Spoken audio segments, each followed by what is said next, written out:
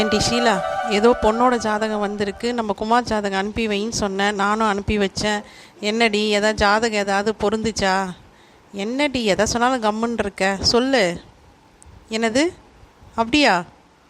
ஓஹோ, பா, இப்போ தான்டி எனக்கு ரொம்ப சந்தோஷமாக இருக்குது.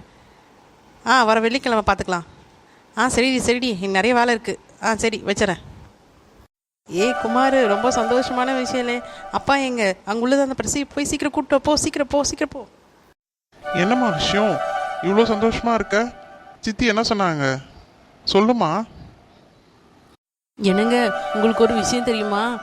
போன வாரம் என் தங்கச்சி நம்ம குமாரோட ஜாதகத்தை கேட்டிருந்தால, ஒரு பொண்ணோட ஜாதகம் வந்திருக்குன்னு அந்த ஜாதகத்தோடு பொருந்துச்சாங்க. வர வெள்ளிக்கிழமை நம்ம பொண்ணு பார்க்க வர சொல்கிறா. என்னங்க, நம்ம போயிட்டு வந்துடுவோமா? இது நல்ல விஷயம் சாரதா. வெள்ளிக்கிழமை அப்போ நம்ம கிளம்புறதுக்கு தேவையான எல்லா ஏற்பாடும் நான் பண்ணிடுறேன். நீயும் வேற ஏதாவது வேணும்னா என்கிட்ட சொல்லு, நான் வாங்கிட்டு வந்து முன்கிட்டயே வச்சிடுறேன். என்னங்க, நம்ம குமார் பார்த்தீங்களா, ரொம்ப அழகாக இருக்கான்.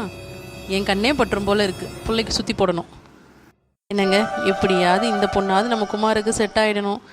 நல்லபடியாக கல்யாணத்தை முடிச்சுட்டு நம்ம பேர குழந்தைகளோட நிம்மதியாக நம்ம மீதி இருக்கிற வாழ்க்கையை கழிக்கணுங்க. ஆமாம் சாரதா, எனக்கும் இந்த கல்யாணம் மட்டும் நடந்துருச்சுன்னா எனக்கும் ரொம்ப சந்தோஷமாக இருக்கும். எல்லாம் அந்த தேவி கருமாரி அம்மனோட துணை இருந்தால் எல்லாம் நல்லபடியாக நடக்குங்க. வாங்க வாங்க வாங்க, உள்ளே வாங்க. வீட்டு அட்ரஸ்லாம் கரெக்டாக கண்டுபிடிச்சிட்டிங்களா? எதுவும் உங்களுக்கு அலைச்சலாக இல்லையே? உக்காருங்க. எல்லாரும் உக்காருங்க. நான் போய் பொண்ணு ரெடி ஆகிட்டாலான்னு பார்த்துட்டு வரேன். இல்லை குமார், பொண்ணு நல்லா பார்த்துக்கோ என்ன. அப்புறமா என்கிட்ட எதையும் குறை சொல்லிட்டு இருக்காத. பொண்ணு நல்ல அம்சமாக தான் இருக்கா. நம்ம பொண்ணுக்கு செட் ஆகிடுச்சுன்னா நல்லா தான் இருக்கும். பார்ப்போம், எல்லாம் கடவுள் போடுற முடிச்சு தானே. குமார், அந்த புள்ளைய கூப்பிட்டு போய் தனியாக பேசுகிறதுனா போய் பேசிட்டு வாளே. உனக்கு ஏதாவது கேட்கணுன்னா இங்கே பொதுவாக எங்கள் முன்னாடி கேட்க முடியாது. தனியாக எதாவது கேட்குறதா கேட்டுட்டு வா. நான் உங்கள் அம்மாட்ட கேட்கணுமா? போய் பேசிட்டு வரியா?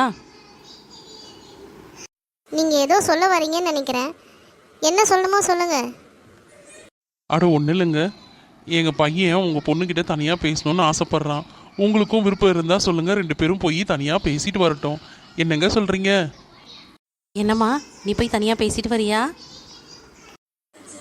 ஓகேங்க, 2 பேரும் போய் பேசிட்டு வரட்டோங்க. எங்களுக்கு எந்த ஆட்சேபனையும் இல்லைங்க. போய் பின்னாடி போய் பேசிட்டு வாமா. நான் முதல்ல கேள்வி கேட்டுறேன். நீங்கள் என்ன படிச்சிருக்கீங்க? என்ன பேங்க் பேலன்ஸு?